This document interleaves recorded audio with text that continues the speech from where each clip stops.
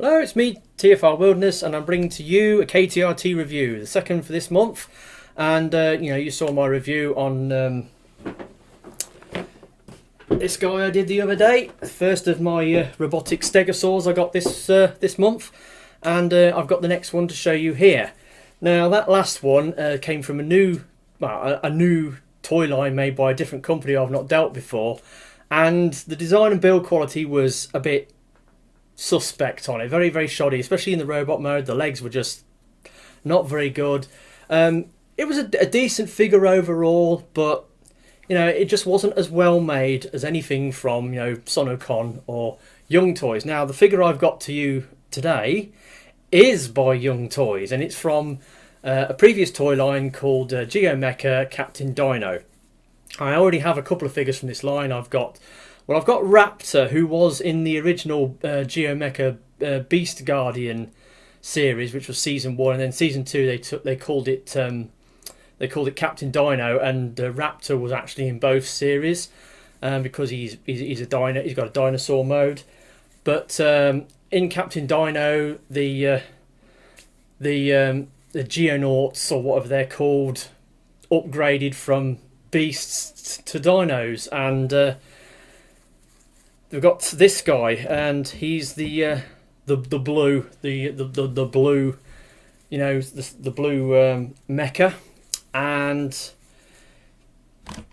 the thing with Geo Mecha is that they start out in what's referred to as a solid or a shape mode, and this guy here is his shape mode. So this is Geo Mecha Captain Dino 03 Stegotank. Now here he is in his shape, and it's a 7-sided shape. And is it a septagon? I'm not 100% sure. I haven't bothered to look it up, but it's a 7-sided shape. And we'll have a quick look at the box, and it's a fairly typical Geo Mecha box. It's got the ring around it to symbolise the ring of his solid mode. It's got the Hangul name there, the Geo Mecha Captain Dino logo there, picture of Stegotank, then you got a picture of him on the side, pictures, CGI renders of the character on the back, and then the 3 different modes on the side. Comes with instructions, and he does come with a couple of accessories which are actually built into the shape mode when you transform it. So we're starting off with the shape mode. Like I said, it's a 7-sided thing. He fits into the shield quite well. There's only a few little bits sticking out. It's got this bit sticking out the bottom, and then you go around the back and you can see the red spinal plates. And then you've got the arms and legs folded up on the side, and yeah, so that's the shape mode. There's not much you can say about it. Obviously, in the show, the hero's base is inside a dam. And when the call goes out to launch the mecha, these sort of cannons appear out of the front of the dam, and they shoot these things into the sky. They then sort of transform and land in the city where they do battle with the bad guys. So this show lasted for 2 seasons, then it got cancelled. I've just noticed in the last couple of days that Young Toys have now done its replacement series. It's called is it Meta Lions? I don't know where they're going with that. It looks like they're going to do sort of like I don't know whether it's a rip-off of Voltron they're doing next or whatever it is, but they've got these robotic lions and these kids that can summon them, and I don't know what it's doing, but that's going to be the show that's going to be replacing this. I've just seen the trailer for it. As and when the toys have come out, or the show starts airing on YouTube, I don't know. But let's go back a couple of years, and then we'll talk about this show. So that's the shape. So you remove the shield. Sorry, something fell out then. And you look inside, and you've got these 2 pieces which store into the shield. So you pull that out, and you pull this out. Now, this you won't actually... Well, actually, this can stay in here for now, because you won't actually need it for the Dino mode, whereas this piece you do. So let's get round to transforming this thing. So it's just a case, as it's all scrunched up into this sort of ball-like thing, it's just a case of sort of unfolding it. So first of all, you can turn these red spinal plates round and then sort of fold them up.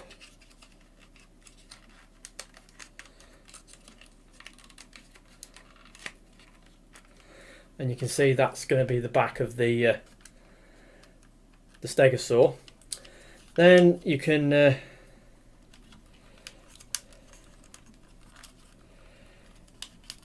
bring these other bits here, and then you can start unfolding stuff. So that's the tail, and then you get this piece and you plug it in and fold these spines up, and that's the tail. You then fold this out, that's the head. So we've now got a stegosaur, got all the spinal plates sticking up, but he's got no legs. So let's get some legs sorted out. Now, front legs just fold round like that, and then you've got the toe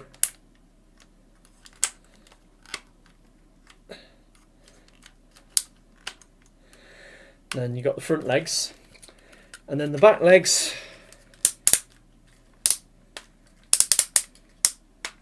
you sort of fold them round and then position them. You sort of bring them out, bring them round, clip them back in, fold them back, and then position the foot. Just make sure, there you go. And there we have Stegotank in his Dino mode, and he looks pretty cool. Robotic Stegosaur, fairly successful. He's got like an opening mouth, which the other figure didn't have. That's something I forgot to mention in the other review. That Geo Tego, even though his head's painted the wrong colour, he doesn't have an opening mouth, but this guy does have an opening mouth. So when he wants to roar, he can. The head is on like a ratchet, so you can angle it up and down a little bit. And then you've got the little bit of articulation on the front legs, a bit of articulation on the back legs. But because of the way this thing's set up to stand on a flat surface, there's not really much you can do with the legs. You can sort of angle the plates. The ones in the middle are on like pivots, so you can angle them however you want.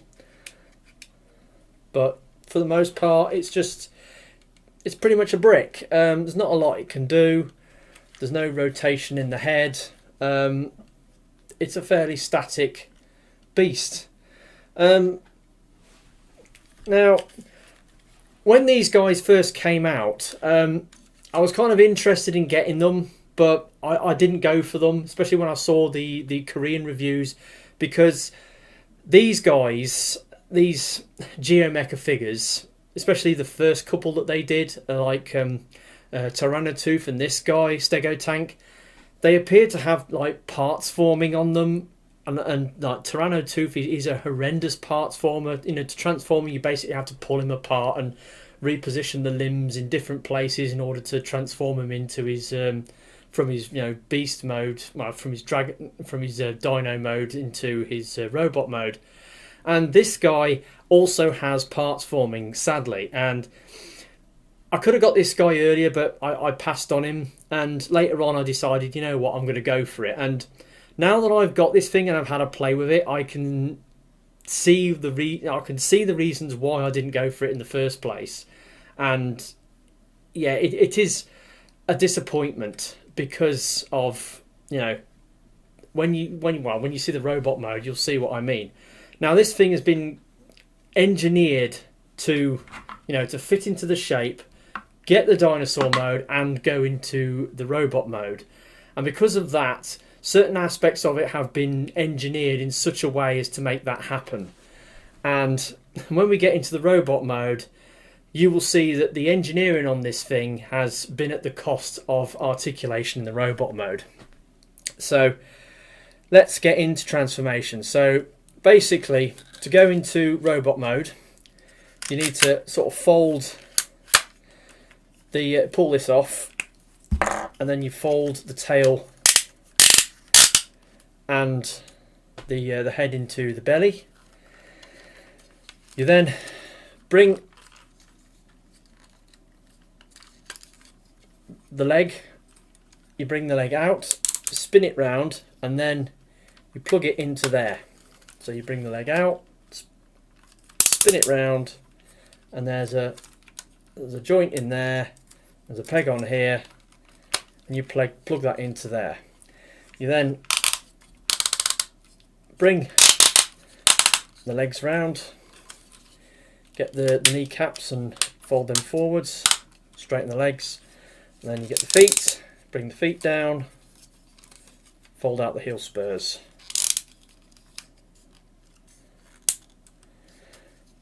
And that's the legs done. Now these spinal plates you just fold out over the front of the body. Now upper torso. Now parts forming. This is where the parts forming comes in. Grab this, you sort of unclip it at the back like that, and these are the arms. Now let's get the shoulders ready to accept the arms. Basically, you fold them up, flatten them up. You then flatten those again against the front of the robot, and you just put that to one side. So with this now, you pull it apart. Now you have to mess around with these spinal plates. You just sort of fold them down, and I think the middle one you have to fold it up slightly. So you just fold them back, and then you have this hinge panel which you open out. You then got the upper arm and the fists. You fold them out, and that's one arm. On the robot, you've got this angle plate here. Then you just slot that on, and there's an arm in position. Same again on the other side. Open the little flap, pull out the upper arm and the fist, close up the flap, and then let's see if we can.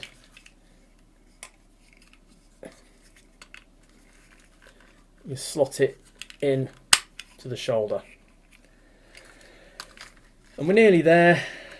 You then got to bring up his head, and that's his robot mode pretty much complete. Obviously you can add the accessories as well while he's in robot mode.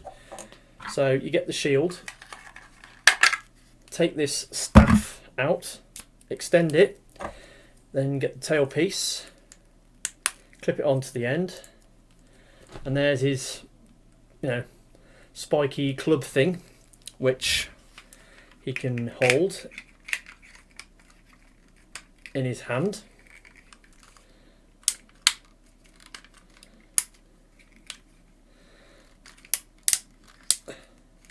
Like so.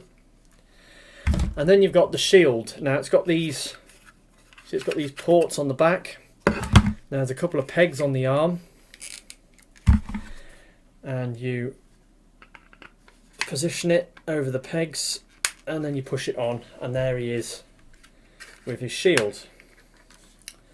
So that's him now, fully transformed up with both his accessories in hand, and he looks great. I mean, the guy's nice and solid. He's heavy. He's made out of that very strong, durable plastic. He's got nice ratchets, and it looks pretty good. However, me being me, I like to go through the articulation, and if it doesn't measure up to my sort of minimum standards of what I expect to see on a articulation I expect to see on a transforming robot, then I will complain about it, and that's just the way I roll. So yeah, now, like I said earlier, in fact, let's take these accessories off because they're not really going to help much with this next bit. What I said earlier about the way this thing has been engineered to do all three modes, and that the way that thing's been engineered, it has, you know, basically hampered, ruined any useful articulation that this thing might have. Well, let me show you. Obviously, head does not move, right? Now the shoulders, they rotate around there, which is fine. They go that far back and they go that far forward. So you've got a decent amount of room there. Now, the arm. The arm is pegged in to the shoulders on that sliding joint. You've got a bicep swivel just below it, right? And then you've got the elbow, which is going inwards. Now you can rotate the arm forwards so that the elbow goes forwards, but because the shoulder is at an angle, a 45-degree angle, well, it's not a 45-degree angle, but it's angled, it's not straight. It means his arms, very unusual, you know, motion in the arms. Trying to get it into certain poses is virtually impossible because of the way the arms are engineered. So he's got gorilla arms, basically. So that's unfortunate. He has nothing at the waist. Now, this is the main reason why I didn't go for this guy originally, and it's because of the hips. Now, the hips are solid because if you look in the transformation, they clip into place and they don't move. See? They're static.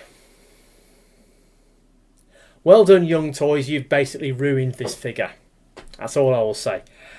Now, you can get some motion out of the hips. The hips are designed in an unusual way.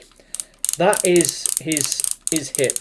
Now, if you unplug them, you can bring them backwards and forwards. But because you've got these bits, these clippy bits here, you have to bring him out on a, you know, you have to have his legs splayed out unnecessarily, but then you can get some movement, but you know, they splay out to the sides. Now you can effectively do the splits, but it's not ideal. You can get some motion, but because of the way you have to splay the legs to release the pegs, it's not great. He's got no thigh swivels. He has got a nice deep knee bend. That's one thing he has got. And the feet, I've got a little bit of movement on the feet. He has got, you know, an ankle cut in his feet to give him a neutral A stance. So it's not totally awful, but I am, on the whole, the articulation on this thing is ruined basically by the way the arms and the legs have been engineered, and that's a shame, because if they'd have put a little bit more time and effort into designing this, it could have been better. But again, this thing was designed specifically to do the things that it does, do the triple changer thing with the shape, the dino and the robot, and that's what they were concentrating on. They weren't really bothered about, you know, having decent articulation on the robot mode, because I think most of the children that these things are aimed at, they're not bothered about, you know, moving legs. They just pick up the figure and they go like that. They just use it as a whole, rather than, you know, sort of moving the arms and doing all that business. And it's a shame, but that's just the way of things. And I review these Korean toys, you know, I compare them to something like this. Let's do the size comparison. Again, you know, it's a big toy, but, you know, Megatron, you know, he's got all that going on. You know, his arms go all the way round. His arms go out to there. You know, he's got it all going on. And this figure, you know, he's not as heavy as that guy, he's not as well built as that guy, but you know, he's got way more articulation going on. This is my benchmark for how I compare it against a KTRT in terms of both, you know, size, you know, build quality and articulation. And this guy, for the most part, he just kicks the arse out of most Korean toys in terms of articulation. Yeah, I'm very disappointed in this guy. Now that I've actually got it, I can see the reasons why I didn't go for it earlier on and justify to myself, yeah, that's the reason why I didn't go for it. But I've got it now. He's okay in a way, but for the most part, he's a bit of a letdown, especially in robot mode, because of the way the articulation works, or rather doesn't work on it, and it's a shame. So yeah, that's it. That's all I got to say about this thing. It's a bit of a disappointment. It's a shame, but that's the thing. I don't know whether I will be buying any more figures from, you know, Geo Mecha Captain Dino line. I was tempted to get one of the other figures from the original Geo Mecha Beast Guardian line. I was tempted to go for the Nashorn, the robotic rhino, but I don't know whether I'm going to go for him now. I've got who have I got? I've got Raptor and Leo Khan from the original line. Oh, and I've got a Cayman as well. Don't forget Cayman, who's got them knees that don't work. Yeah. So, and the only figure I'm tempted to get is the combiner that for the Captain Dino combiner. But I mean, again, it's got horrendous parts forming, but it does so much. Stuff. I mean, they boast it's got, was it 5 or 6 modes? But when you count them, there's only about 4 modes. It's got the shape modes, the mini dinos, and then the dinos, you dismantle them and then recombobulate them to make a huge robot or a giant dragon. It looks pretty cool. It's kind of expensive, but it's very big, and I'm tempted to get that later at a later date perhaps, but I don't know. I think this might be the last product I get from the Geo Mecha line. It's been a bit of a disappointment on the most part. I mean, Leo Khan is probably the best. Well, Brachio Cannon and Leo Khan are the best figures I've got from the line, but this guy, he's all right, but nah. I think I'm done with Geo Mecha. So that's been my second KTRT review. I hope you've enjoyed it. I hope you've learnt something about some Korean toys that exist and you might want to buy, perhaps, maybe. Or just wanted to see me, you know, pull these things apart, you know, quite literally, and rag on them a bit for being crap. Yeah, so that's it for today. I don't know whether my other third-party figures are going to come in before now and the end of the month. I'm hoping to review one of them, but we'll have to wait and see. Then you've got my end of month bot haul video to look forward to. So that might be it for this month. I've been TFR Wilderness. Hope you've enjoyed this video. I'll catch you all next time. Ta-da.